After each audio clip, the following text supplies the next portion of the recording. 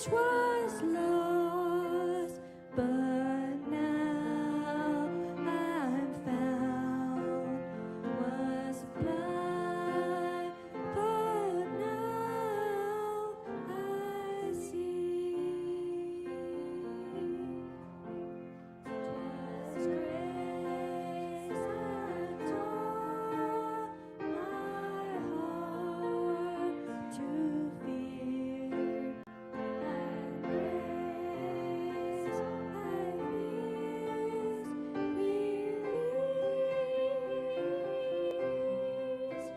How precious did that grace appear, the hour I first believed. The Lord has done is good to me. His word I hold secures. He will my shield and portion be, and so as life endures. And when he led just us and tears, I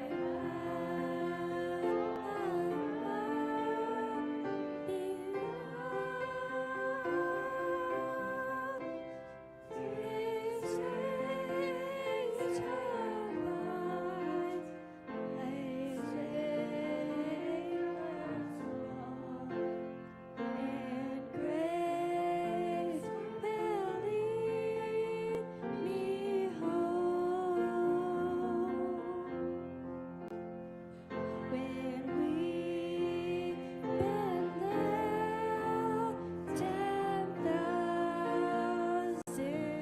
years, bright shining as the sun, then all us stays to sing God's praise. Then when we're first begun.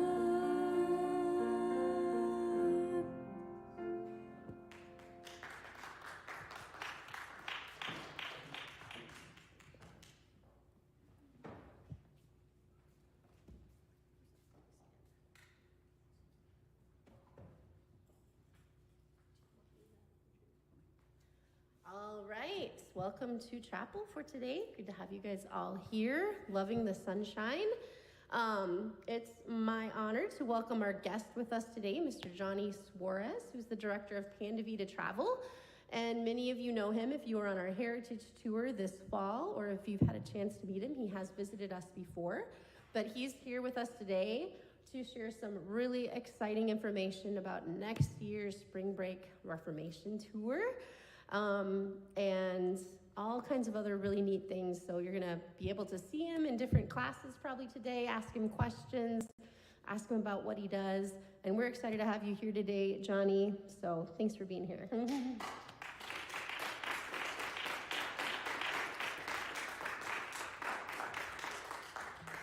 All right. First of all, I want to commend you guys because I hear that the choir and the band all left. And you soldiered through, and you sounded okay, even if all of your major musicians were gone. I think I shared with you, I apologize, I got hurt on my knee playing basketball, but I am just delighted to be with you guys. I'm curious to know, how many seniors do we have here?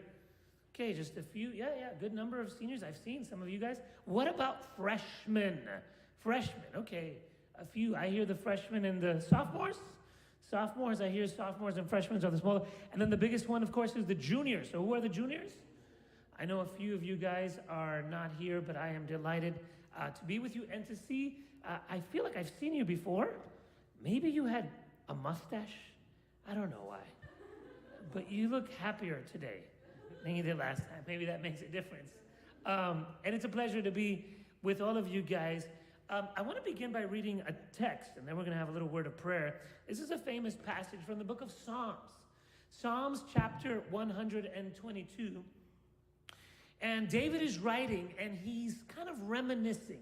Have you ever had that time in your life where you're kind of looking back in the trajectory of your experience? Maybe for you that are seniors, you're looking back. I heard a bunch of fascinating stories about the seniors here. I think, were you guys the ones who had like a burial for someone? Was it Alf? Alfie, what kind of animal was it?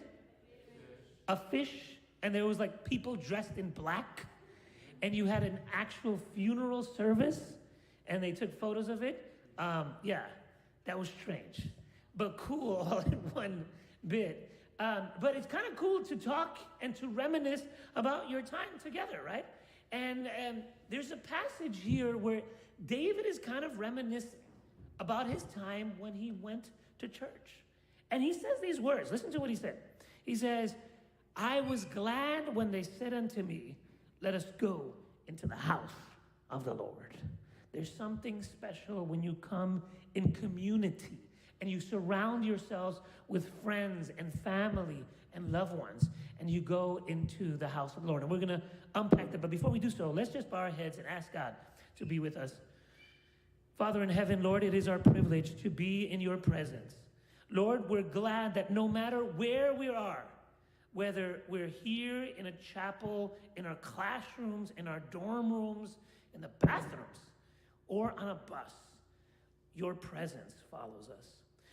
Father, as we spend some time talking about your goodness in the past and what you want to do with us and despite us in the present and the future, we ask you to be the guest of honor. This is our prayer in Jesus' precious name. Amen. For some of you, we had the privilege of going on that heritage tour, and we were sharing with some of you guys how the days were really, really packed. I think almost every day we were arriving at our hotel about 10 o'clock, 9 o'clock, 10:30. There were long days. I want to commend Dean Cerna. He's not here with us. Is he the driver? I don't know if that's good news or bad news to be the driver, but it can be quite the long trajectory. I also want to commend, and I was talking about her, what is your name? Royal? What was your name again? Aurora, for making those winning baskets at Andrews University. I was there. I was a witness to that epic event where she hit those 2 free throws. The entire gym erupted. So you guys have some winners here. You've got a great driver and a great shooter. And one of the things that I thought was kind of fascinating was when we were journeying, I was like, man, this is such a long trip. I don't know if you guys remember, but I think your group left like at 2 o'clock in the morning, 3 o'clock in the morning to go to Niagara Falls. Do you remember that? And then on the way back, I think you guys drove through the entire night. Is that true? Did your bus break down? No? Everything went well? Because I went with Ozark Academy, and they told me that on every tour, their bus breaks down. And it's the only tour that I've been to, the Reformation tour, where their bus broke down, and we had to spend an extra day in Constance. But your bus did not break down, is that correct? You made it there safely. And you may not realize this, but you were on a bit of a pilgrimage. Now, does anyone know what the word pilgrimage means? Anyone? We can turn this into a bit of a class. Yeah. What are we at? What is a pilgrimage? What does it mean to go on a pilgrimage? Yes, wait.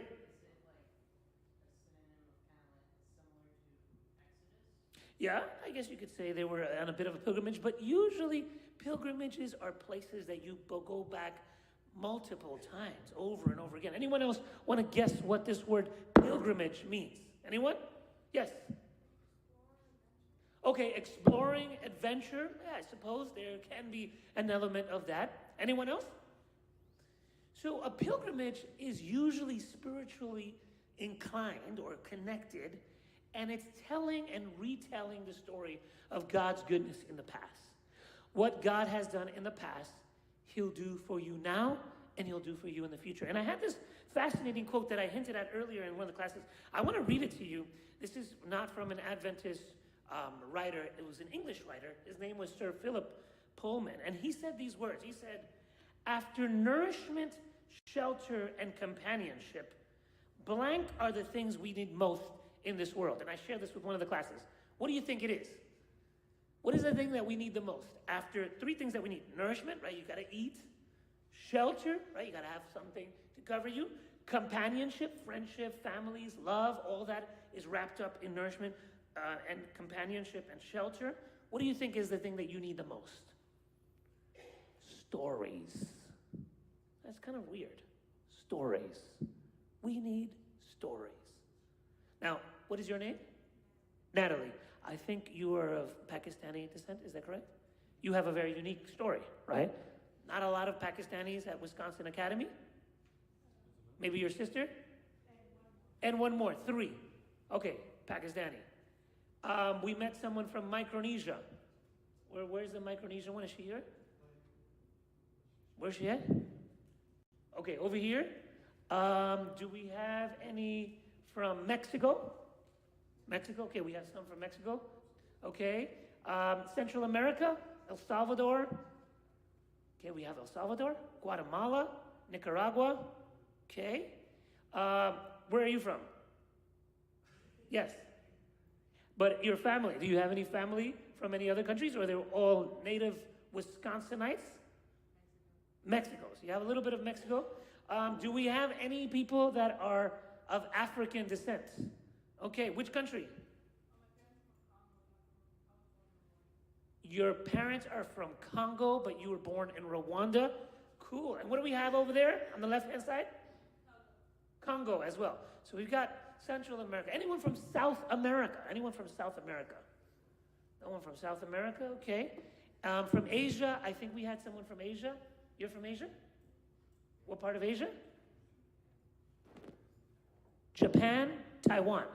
Cool. And then I think we had Zion. Is Zion still here? You're of Thai. That means every one of you has a story. And that story makes you special. That story makes you unique. By the way, I have a very simple question. And if you don't have the answer to it, no offense. When I came in through that door, it was kind of a little spooky, but a little interesting as well. There's a massive picture of an older white lady staring at me. I don't know if she's like your matriarch or you burn incense to her, but can anyone tell me who this lady is? Does anyone know her story? Okay, yes, someone knows her story.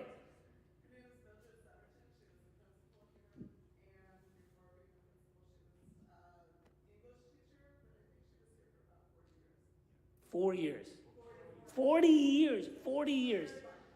That is a long time. So after 40 years, you get your picture. So any of you students, if you want to stay here for 40 years, some other kids might come in and see a big picture of you there. Everyone has a story. And so the idea of pilgrimages is to tell and retell the stories of God's goodness as revealed through time and space. And we did that in our Adventist Heritage Tour. We did that in our Reformation Tour. And so I'm excited to share with you guys just a little bit about what we're planning to do for our European tour next year. Now, I'm curious to know how many of you here have never been on an airplane. Raise your hand if you've never been on an airplane. Okay, we have a few of you. Okay, I asked this question before. Anyone here who has never been to New York in their life? Never been to New York? Okay, good number of you guys.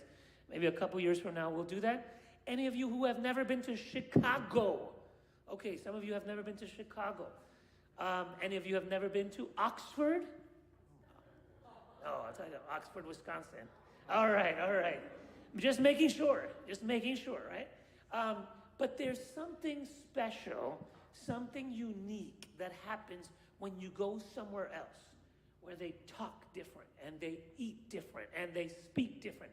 If you've ever gone to the South, like in Texas, you hear them talking, and you're wondering, what in the world are they saying, right? I remember first time I went to Tennessee, "How y'all doing?" "What?" I said, "How y'all doing?" And then the father was speaking to his son. He said, "Saddle up over in a heartbeat." I was like, "What in the..." I said, "Saddle up over in a heartbeat." I said, I have no idea what this man is saying. He was saying, saddle up over here in a heartbeat, which simply means come over here quickly, my beloved son. I would never have used that kind of language, right? These are words. They were speaking in what we would consider English in the United States of America. There's different ways of expressing yourself. If you hear someone from India, if you hear someone from the Caribbean, you're like, man, I have no idea what these people are saying. And so when you travel, you're broadening your perspective. You're understanding new cultures. You're smelling new scents. You're tasting new flavors. And you're becoming acquainted with this thing that we call planet Earth. And so next year, we want to take you guys on another trip, another journey, a special journey across the frigid waters of the Mediterranean. And we're going to begin in Rome. Now, some of you have been to Rome. Others of you haven't been to, but what do we know about Rome? Tell me something that you know about Rome. Anything. Famous sayings about Rome. Does anyone know any famous sayings? Yes, wait. Okay, the Colosseum. Very good. The Colosseum, that's a great one. Yes? When in Rome, do as the Romans. Very good. By the way, you may not know this, but that was actually spoken by the Bishop of Milan, who, when he lived in northern Italy, he would keep the seventh-day Sabbath. And when he'd come to Rome, he'd keep Sunday. So he would say, when in Rome, do as the Romans. So there's a fascinating connection there. That's a famous saying. Okay, any other one? Any other famous saying? Yes? All roads lead to Rome. Yeah, very interesting. And definitely we saw that. I think we went to the Appian Way. Did we visit the Appian Way when we were there? So we talked a little bit about that. We're going to be visiting places that are related to the history of Rome. The Colosseum, of course, is one of those famous ones. Any other sayings that you can remember? What about this one? Rome wasn't built in a day. Have you ever heard that saying before? Maybe some of you have. Rome wasn't built in a day. So one of the first places that we're going to be visiting on our tour is the ancient city of Rome, a fascinating, massive metropolis of millions and millions of people. Paul spent some time there. John spent some time there. Peter spent some time there. We're going to be visiting, for example, a place called l'Abbazia della Tre Fontane, the Abbey of the Three Fountains. This is where the place the Apostle Paul was beheaded and he was killed. We'll go to the catacombs. Does anyone know, or have you ever heard of the catacombs of Rome? These underground labyrinths that connected different parts of Rome and, of course, were used as burial sites to maintain many individuals, and some of the Christians oftentimes hid there. So we'll spend some time there. We'll go to the Vatican. This year, I think I may have shared with some of you that it's the Jubilee, where every 25 years they celebrate by opening up special doors in the 4 major basilicas of Rome. We visited 3 of those 4 major basilicas in Rome. And then, of course, we'll go to Florence. Any of you ever heard of Florence? Some of you have heard of Florence? Okay, we're going to be visiting the cathedral there, Santa Maria della Fiore. We'll go up to the Waldensian valleys. These are some places that some of you have known, but some of you are wondering, what are the new places that we're going to be doing? What are some unique things? So I put a picture up here. You see that? What is that? Does anyone know what that is? If you don't know what that is, that would be pretty interesting. Okay, the Eiffel Tower. Can you tell me anything about the Eiffel Tower? Any student, what do you know about the Eiffel Tower? Or let me put it this way. What is the city of Paris known for? Okay, yeah, the city of love. Very good, very good. Yeah, the city of love or the city of lights. People go out there to get engaged or to get married all the time. You're spot on. That's one of the most famous things. Anything else that you can think of about the Eiffel Tower? Yes. Okay, very good. Yeah, the guy who built it, his architect was a guy whose last name was Eiffel. But I'll tell you something, a couple of very fascinating things about the Eiffel Tower that I think many people don't know, is it became the tallest building in the world. There's a cathedral in Strasbourg, which was the tallest building for almost 200 years. And then when they built the Eiffel Tower in the late 1800s, it was considered an eyesore. People were like, it is so ugly, it's hideous. They built it for the World's Fair. The Parisians are like, oh, terrible, get rid of it. Fortunately, they didn't, and now it's a symbol of love, a symbol of affection. But the interesting thing about it is when they were building the Eiffel Tower, they needed to find a place to build it. And they were looking along the river. There's a river that goes through Paris. It's called the Seine River. Seine. And if we have some time, I'm going to take you on a little river cruise when we go through Paris. And they started to dig in that area, and guess what they found underneath the ground? Nope, not tunnels, worse than tunnels, but that's a very good guess. Sewers? No, this was actually before the kind of sewers that we have now. Someone, I think I may have heard it somewhere. They found bones, but not one or two bones, not even hundreds of bones, tens of thousands of bones. And what's fascinating is that in 1572, there was a massacre that took place. It was called St. Bartholomew's Massacre. In August of 1572, the king ordered tens of thousands of Huguenots, Protestants, to be murdered. And as a result of that, they took them, they literally killed them in the middle of the streets of Paris, and their blood ran like water through the city streets into the Seine River, and the bodies became piled up. Like literally imagine hundreds of bodies, just one on top of the other. And so the people of Paris were like, oh, this smells terrible. Let's get rid of these bodies. So they came up to the king and they said, the king, get rid of all those bodies. This is terrible. Why do we have all these bodies here? And the king was like, no, we want the Huguenots to see what happens when you oppose the power of Rome. And so he allowed those decomposing bodies to float down into the outskirts of the city of Paris into this area. And they decomposed, and of course, eventually, the bones were left. And so when they started digging to build the Eiffel Tower, they found all these bones. They just ignored them, and they built this. And the reason why I think it's super fascinating is when we think of the Eiffel Tower, we think of Paris, we think of the city of love, we think of the city of lights. When we go there at night, you'll see that it'll be sparkling in the nighttime. But it's actually a testament and a story of faithfulness. Some would argue that it is the biggest and largest Protestant memorial in the world. And if you went with us on the Reformation tour, we went to a place called the Reformation Wall. Does anyone remember the Reformation Wall in Geneva? Maybe vaguely. And they had a sign in Latin. And it said these words, Post tenebrus lux. After the darkness comes the light. After the darkness comes the light. And it's fascinating that in the City of Light, this Eiffel Tower was built on top of the ruins, of the remains, of the bones of people who were seeking to be faithful to God even through difficult and turbulent times. So we'll get to visit that. A couple of other places that we're going to be visiting on our tour. This over here is, let me see if we have the other slide. We'll come back to that one. Can we go to the next slide? Yes. Does anyone know what that is there? Anyone? Yes. Okay, Arc of Triumph. What do you think that's for? Well, so any of you ever heard of Napoleon? You've heard of Napoleon, right? He wanted to think of himself as the new Caesar. So the Caesars, they would build these arcs of triumph to commemorate their victories over their enemies. And they would etch inside them. If you look at the very top of the Arc of Triumph, you can see some little etchings in there. It's the history of all the battles that they fought and how they were victorious over their enemies.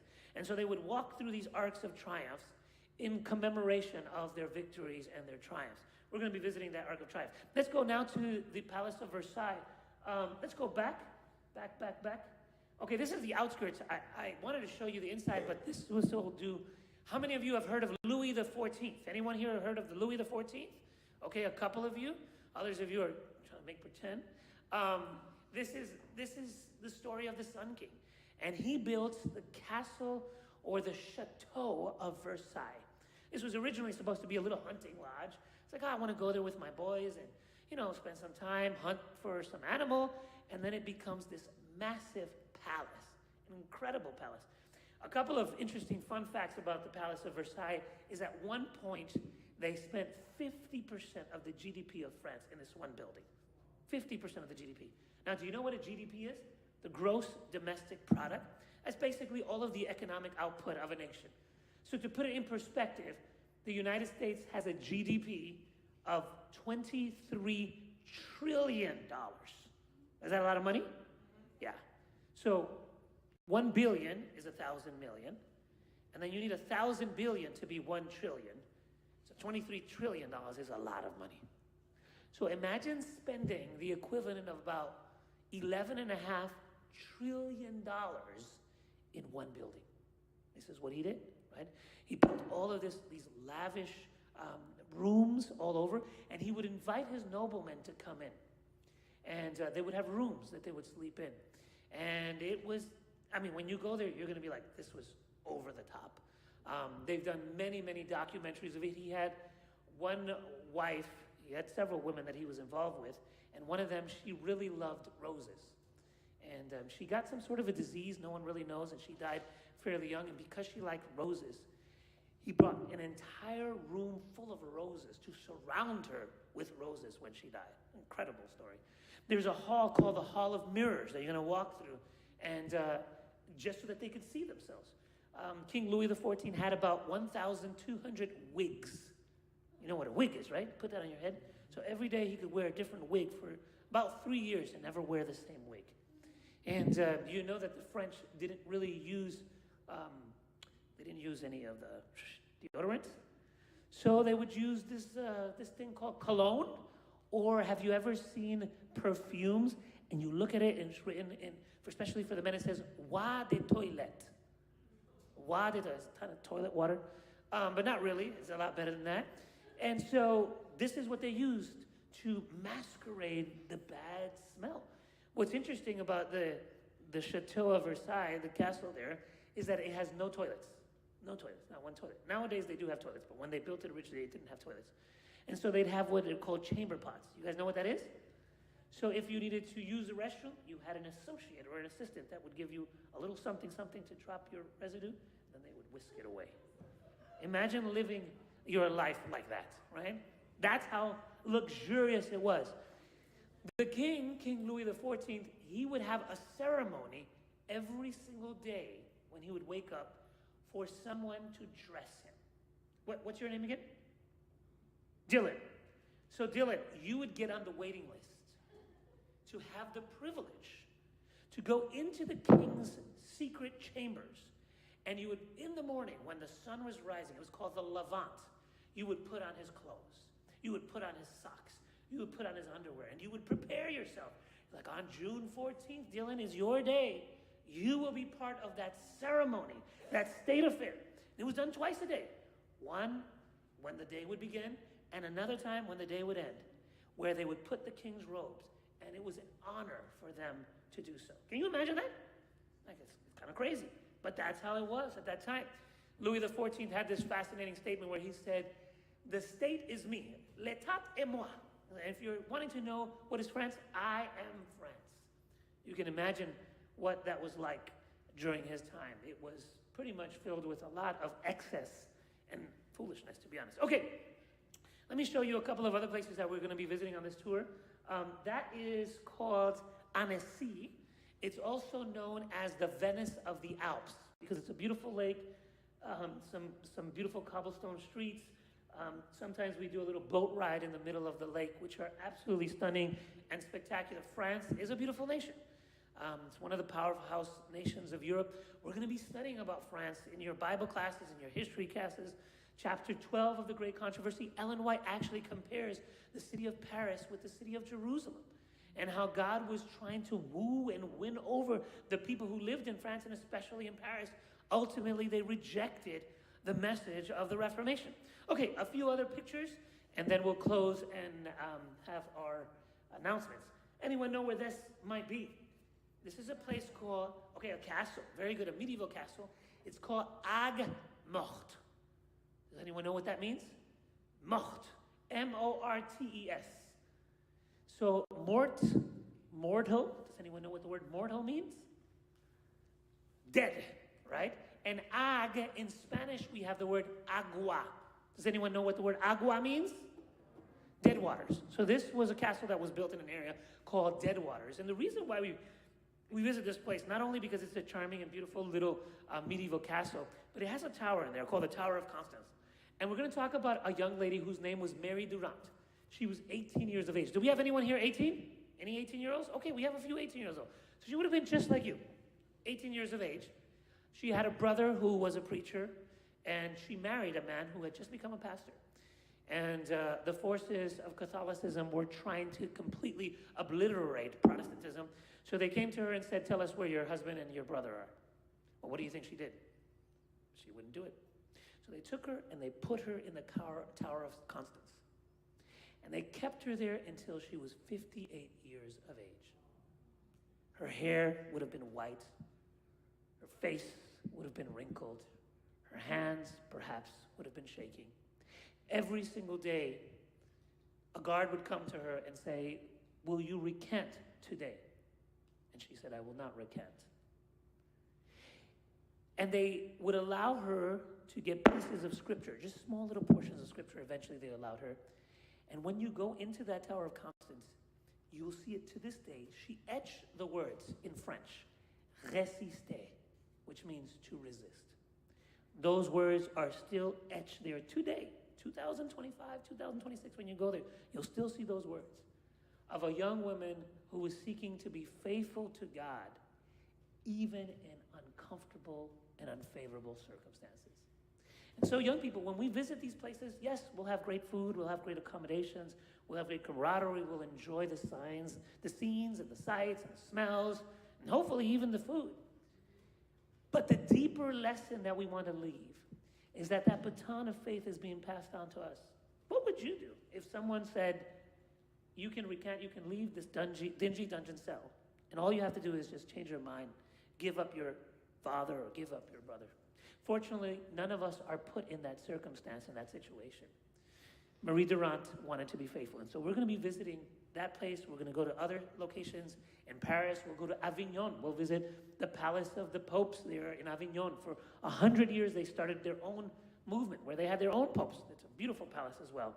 But we're going to tell and retell the story of how God has revealed himself in the past. This tour, I think we're looking to do it in March, if I'm not mistaken. We're still finalizing the exact dates. We're going to tell you a little bit more about pricing. Whenever I do these tours, one of the things that a lot of people are always concerned is, how am I going to afford that? That's a lot of money. And what's crazy is that the Lord has always provided somehow. And I've even been surprised. I went to Danielle. I was like, well, how did you do it? Some of you may recall that about a year and a half, maybe it was closer to 2 years ago, I had this conversation with Danielle. I said, I want to take young people on these tours because the people that I take on these tours are mostly older, generally Caucasian, retired folk with lots of money. And I said, that's not fair. We want to take everyone. And so he said, let's sit down and do the numbers so we can bring other young people on this tour. And so I talked it over with her. She was gung-ho. She shared it with a couple others that were like, meh. And I remember I met up with your principal, Mr. Smith, who I think he passed away this past summer. And he, at first, seemed a little skeptical, but I really commended him because I think he said to Danielle, he said, listen, you try it. And if it goes through, great. Don't be disappointed if it fails, but go ahead and try it. I've worked with some academies where the principals say, no, it's not going to work. We're a small little academy. We don't have as much resources. Our people don't have the means to travel. God always provides. I was just with an academy that's going on our tour. Next month, I have a tour with 144 people. And many of them are young people just like you guys going on the Reformation for the tour for the first time. And one guy said, I want to support what you guys are doing for young people. He said, I'm going to give matching funds of $30,000 for the first 30 young people that go. So there will be, and there are people that will give to your cause. You tell them that this is not just a tour in a generic sense, but this is a faith identity experience for you to become acquainted and reacquainted with how God has revealed himself in the past. And you're going to find that there's older people that have been there, they've traveled to many of these places, and they want to live out that experience through you. They will support you. Danielle has developed some great letters. I was reading the letter and I was like, oh, I want to go on this tour. I was like, oh, wait, I'm leading that tour. Just really well-crafted letters on how to give a winsome presentation to other people that can support you. I'm also told that you guys here in Wisconsin have a really nice setup that you can do the, what is it called, the My Choice way, where the cost of tuition is very low. If you're a Wisconsin resident, I hear that it's only like $1,000. So that's a huge blessing compared to others. And I understand that some of you may have more means than others, But I've had students that have worked in the summer, literally worked through the summer, saving their money to go on these experiences. And I can tell you, you will not regret it. It's an opportunity to delve into your faith, to be acquainted with how God has revealed himself, and to reinvigorate your faith, not just in what God has done in the past, but what he can do now and what he will do in the future. Okay, we have 1 minute. I don't know if there's any special questions that you guys had. And then I'm going to turn it over for some final announcements. These are some pictures of the Waldensian Valleys. Some of you guys were there.